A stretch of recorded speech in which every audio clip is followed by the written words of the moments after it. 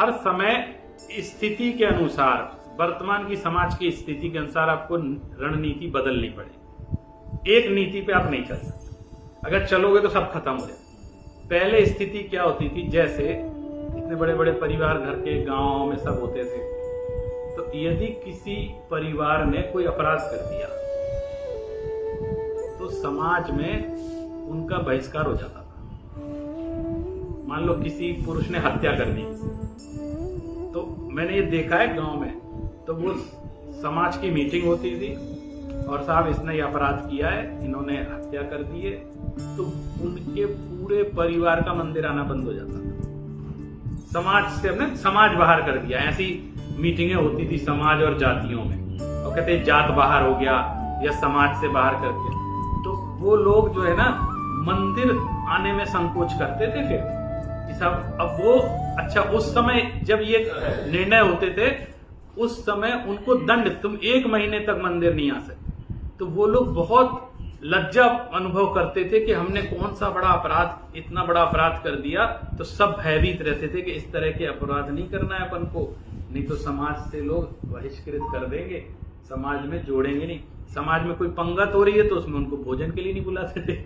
तो वो समाज से अलग अनुभव करते थे ना, तो वो क्षमा याचना करते थे सब पंचों के बीच में खड़े होकर के, हमारे इनने अपराध कर दिया लेकिन हम लोगों का क्या दोष है, बाकी परिवार को तो आप समाज में जोड़ के चलो, ऐसे ऐसे बोलते थे।